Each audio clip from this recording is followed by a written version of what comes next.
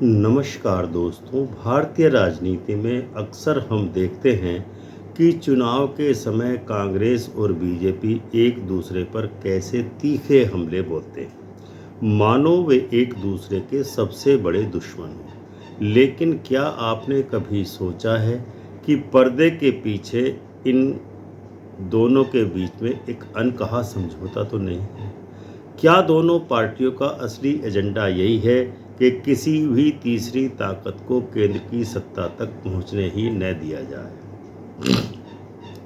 इतिहास गवाह है कि जब जब कोई तीसरी पार्टी, चाहे वह जनता दल हो, समाजवादी गठबंधन हो या फिर कोई क्षेत्रीय शक्ति हो, राष्ट्रीय राजनीति में मजबूती से उभरी है, तब कांग्रेस और बीजेपी ने किसी न किसी तरह उनकी राह में रोड़े अटकाए हैं। सवाल ये है कि क्या यह सिर्फ संयोग है या फिर दोनों के बीच कोई गुप्त समझौता है। आज के इस वीडियो में हम इसी पेचीदा सवाल को गहराई से देखने का प्रयास करेंगे। जानेंगे कि क्या वाकई कांग्रेस और बीजेपी का छुपा हुआ एजेंडा एक जैसा तो नहीं है, और अगर है तो भारत की लोकतांत्रिक राजनीति पर इसका किस प्रकार से प्रभाव पड़ रहा है। तो दोस्तों, तैयार हो जाइए राजनीति के उस सच से पर्दा उठाने के लिए जिसे बहुत कम लोग बोलने की हिम्मत रखते हैं, क्योंकि आज हम आपको दिखाएंगे कि ये लड़ाई कैसे वाकई सत्ता की है या फिर सत्ता में बैठकर मलाई खाने का खेल है। भारतीय राजनीति में साजिशों की थ्योरी हमेशा से चर्चा का विषय बनी रही है। हाल के वर्षों में, विशेषकर 2014 से भाजपा बीजेपी की केंद्र सरकार के दौरान विपक्षी दलों पर जांच एजेंसियों का दबाव बढ़ा है। आम आदमी पार्टी यानी आप के नेता अरविंद केजरीवाल का जेल जाना और उसके बाद दिल्ली के मुख्यमंत्री पद से इस्तीफा न देना, फिर जमानत पर रिहा होने के बाद इस्तीफा देना एक बड़ा उदाहरण है। आपके 5 प्रमुख नेताओं अरविंद केजरीवाल, मनीष सिसोदिया, संजय सिंह, सत्येंद्र जैन और अन्य को जेल में डाला गया। वहीं भारतीय राष्ट्रीय कांग्रेस के किसी भी बड़े नेता को 2014 से अब तक जेल में नहीं भेजा गया है। हालांकि रॉबर्ट वाड्रा, राहुल गांधी और सोनिया गांधी पर जांच हुई, पर यह असमानता एक सवाल उठाती है। क्या बीजेपी और आईएनसी के बीच कोई अघोषित समझौता या मेल है जिसका उद्देश्य तीसरी पार्टियों जैसे आप या किसी अन्य क्षेत्रीय दल को केंद्र की सत्ता में आने से रोकना है? यह थ्योरी कोई नई नहीं है। राजनीतिक विश्लेषक अक्सर कहते हैं कि भारत की राजनीति में 2 प्रमुख दल, बीजेपी और कांग्रेस, एक दूसरे के खिलाफ दिखते हैं, लेकिन वास्तव में वे सिस्टम को बनाए रखने के लिए सहयोग करते हैं। आज के इस वीडियो में हम इस थ्योरी को विस्तार से जानेंगे, तथ्यों, उदाहरणों और विश्लेषण के आधार पर परखेंगे। हम आपके मामले से शुरू करेंगे और आईएनसी के नेताओं की स्थिति देखेंगे, थ्योरी के पक्ष और विपक्ष पर चर्चा करेंगे और निष्कर्ष निकालेंगे कि क्या सत्य है। ध्यान रहे, यह एक सैद्धांतिक विश्लेषण है जो तथ्यों पर आधारित है, न कि किसी पक्ष की पैरवी है। कुल मिलाकर हम देखेंगे कि क्या यह मेल वास्तविक है या महज राजनीतिक अफवाह है। वीडियो का कंटेंट शुरू करने से पहले आप अरविंद केजरीवाल, जो आम आदमी पार्टी के सुप्रीमो हैं, उनके इस वीडियो को देखिए। उसके बाद हम अपनी चर्चा को आगे बढ़ाएंगे। जब हम लोगों के बीच में जा रहे हैं, लोग कह रहे हैं कि जी आपके 5 सबसे बड़े नेता जेल हो आए, बीजेपी ने आपके 5 सबसे बड़े नेताओं को जेल भेज दिया, ऐसा क्यों है कि कांग्रेस का एक भी नेता जेल नहीं गया? भाई ये इतना शोर मचा रहे हैं, नेशनल हेराल्ड हो गया, नेशनल हेराल्ड हो गया, नेशनल हेराल्ड हो गया। मेरे को नहीं पता क्या है नेशनल हेराल्ड। मैंने इंटरनेट पे जाके पढ़ा क्या है नेशनल हेराल्ड। सुनने में तो काफ़ी खतरनाक लगता है, जो उसके फैक्ट्स हैं उससे तो लगता है कि ओपन एंड शट केस है।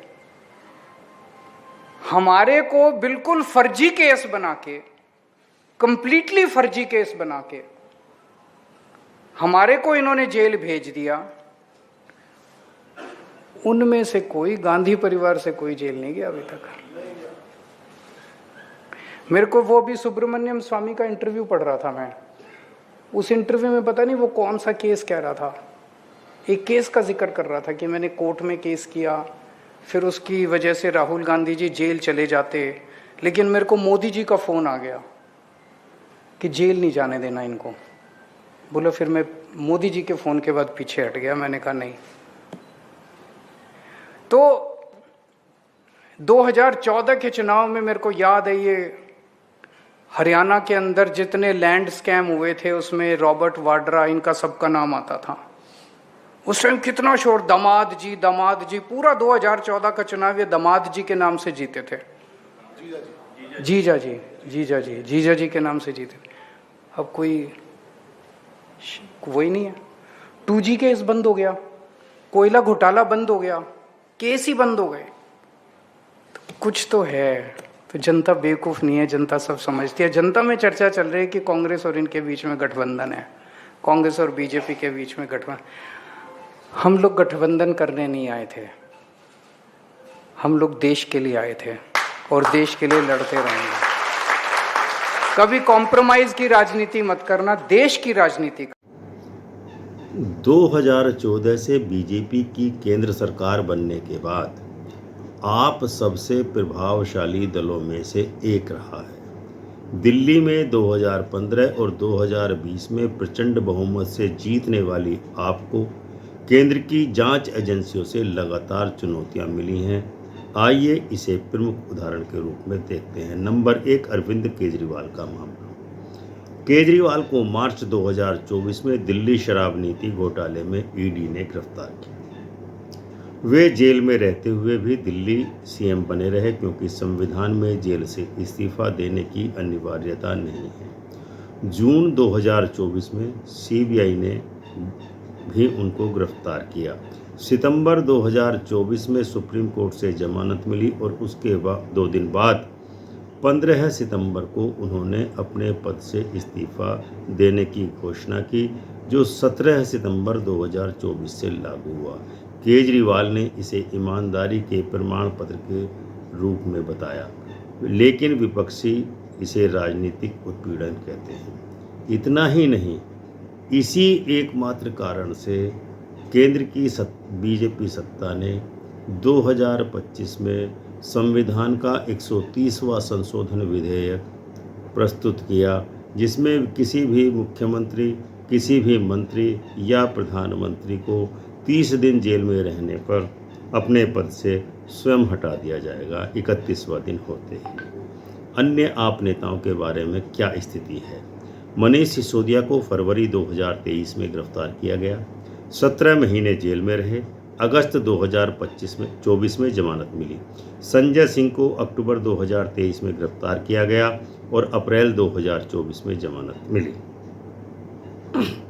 सत्येंद्र जैन स्वास्थ्य मंत्री रहते जेल गए। कुल मिलाकर आपके 5 से अधिक शीर्ष नेताओं जेल में जा चुके हैं। आपका दावा है कि यह बीजेपी की साजिश है क्योंकि आप दिल्ली और पंजाब में मजबूत है। यह पैटर्न दिखाता है कि आपको सिस्टमेटिक रूप से कमज़ोर किए जाने का प्रयास किया जा रहा है। 2025 तक दिल्ली चुनाव में आपने बीजेपी को हराया, लेकिन केंद्र की एजेंसियां आप पर फोकस करती रही। यह सिर्फ कानूनी कार्रवाई है या राजनीतिक वेंडेटा? आपका कहना है कि ईडी, सीबीआई जैसी जांच एजेंसियां बीजेपी के इशारे पर काम कर रही हैं। आईएनसी यानी कांग्रेस के नेताओं पर जांच लेकिन जेल नहीं, असमानता क्यों है? 2014 से बीजेपी सरकार में कांग्रेस के खिलाफ कई जांच हुई, लेकिन कोई बड़ा नेता लंबे समय तक जेल नहीं गया। आइए देखते हैं इस बारे में स्थिति क्या है। नंबर 1, सोनिया और राहुल गांधी। नेशनल हेराल्ड मामले में 2015 से जांच चल रही है। ईडी ने पूछताछ की लेकिन जेल नहीं भेजा। राहुल को 2023 में मानहानि के मामले में 2 साल की सज़ा मिली, लेकिन सुप्रीम कोर्ट ने स्टे दे दिया। Robert Vadra. DLF land deal में जांच हुई, लेकिन उनकी आज तक भी गिरफ्तारी नहीं हुई। चुनाव के समय जरूर हाँ उनसे पूछताछ की जाती है। अन्य कांग्रेस नेताओं की क्या स्थिति है? 2014 से 25 में विपक्षी नेता जांच में थे, लेकिन बीजेपी में शामिल होने पर 23 को राहत मिल गई है। लेकिन कांग्रेस के मूल नेताओं को जेल नहीं भेजा गया। 2 एमएलए 2025 में 2014 के मामले में जेल गए, लेकिन यह मात्र अपवाद स्वरूप ही है। क्या यह असमानता की थ्योरी भाजपा और कांग्रेस की गुप्त समझौते को बल देती है? आप जैसे नए दल पर सख्ती, जबकि आईएनसी पर नरमी। क्या कांग्रेस और बीजेपी एक दूसरे को बचाने की कोशिश करते हैं? थ्योरी: बीजेपी और कांग्रेस का मेल तीसरी पार्टियों को रोकना है। यह थ्योरी कहती है कि बीजेपी और कांग्रेस, जो दशकों से मुख्य दल हैं, एक दूसरे के अस्तित्व को बनाए रखते हैं ताकि तीसरी पार्टियां आप, टीएमसी या एसपी आदि केंद्र में न आ पाएं। इसके कुछ आधार भी हैं। ऐतिहासिक संदर्भ: 1990 के दशक में क्षेत्रीय दलों का उदय हुआ, लेकिन केंद्र हमेशा बीजेपी या कांग्रेस के ही नेतृत्व में रहा। 2014 से बीजेपी ने कई क्षेत्रीय दलों को कमज़ोर किया, लेकिन कांग्रेस को मुख्य विपक्षी दल बने रहने दिया गया। एजेंसियों का उपयोग: ईडी, सीबीआई जैसी जांच एजेंसियां विपक्ष पर इस्तेमाल होती हैं। आप पर फोकस होता है, कांग्रेस पर कम फोकस होता है। केजरीवाल ने खुद कहा है कि गांधी परिवार जेल नहीं गया। एक्स पर केजरीवाल ने बीजेपी और कांग्रेस को आपके खिलाफ एक साजिश बताया। चुनावी रणनीति: 2024 चुनाव में बीजेपी ने कांग्रेस को निशाना बनाया, लेकिन आपको ज़्यादा दबाया। राहुल ने ईसीआई यानी कि चुनाव आयोग और भाजपा की साजिश करार का आरोप लगाया। आर्थिक हित: बड़े बड़े कारोबारियों अडानी, अंबानी जैसे जुड़े मामलों में कांग्रेस भाजपा का मेल संभव है। विदेशी प्रभाव थ्योरी: बीजेपी ने अमेरिका डीप स्टेट पर आरोप लगाया है, लेकिन कांग्रेस के साथ नहीं। यह थ्योरी कहती है कि दोनों दलों सिस्टम को द्विध्रुवीय रखना चाहते हैं। थ्योरी के पक्ष में क्या क्या सबूत हैं, ये हम आपको अब बताते हैं। विपक्षी दलों पर दबाव: 2014 से 25 तक विपक्षी नेता बीजेपी में शामिल हुए तो 23 नेताओं को राहत मिली। कांग्रेस की चुप्पी: आप पर कार्रवाई पर जब होती है तो कांग्रेस हमेशा चुप रहती है। सोशल मीडिया: एक्स पर चर्चाएं हैं कि बीजेपी और कांग्रेस तीसरे दलों को दबाते हैं। चुनाव चोरी का आरोप: राहुल ने मुख्य चुनाव आयोग और बीजेपी की साजिश कही है, जो इस थ्योरी को सपोर्ट करता है। थ्योरी के खिलाफ तर्क हैं, जो बहुत कमज़ोर तर्क माने जा सकते हैं। कानूनी अधिकार के जांचें कानूनी हैं, आप पर सबूत हैं, लेकिन सबूत न्यायालय में नहीं पहुंचता। कांग्रेस का विरोध: कांग्रेस और भाजपा की आलोचना करती है, लेकिन कोई मेल नहीं है। आंतरिक कलह: दोनों दलों में इंटरनल फाइटिंग के समाचार आते रहते हैं। कोई ठोस सबूत नहीं है, कोरी अफवाह आधारित है। तो इस प्रकार हम इस निष्कर्ष पर पहुंचते हैं कि यह थ्योरी रोचक है, लेकिन सबूत कम होने के कारण इसे नकारा जाता है, ऐसा नहीं है। आप पर सख्ती और कांग्रेस पर नरमी, असमानता स्पष्टतः दिखाई देती है, लेकिन यह राजनीतिक रणनीति हो सकती है। लोकतंत्र में पारदर्शिता जरूरी है। सभी लोगों को समान अवसर दिया जाना चाहिए अपनी पार्टी को मजबूत बनाने के लिए। तो दर्शकों, यह था आज का वीडियो।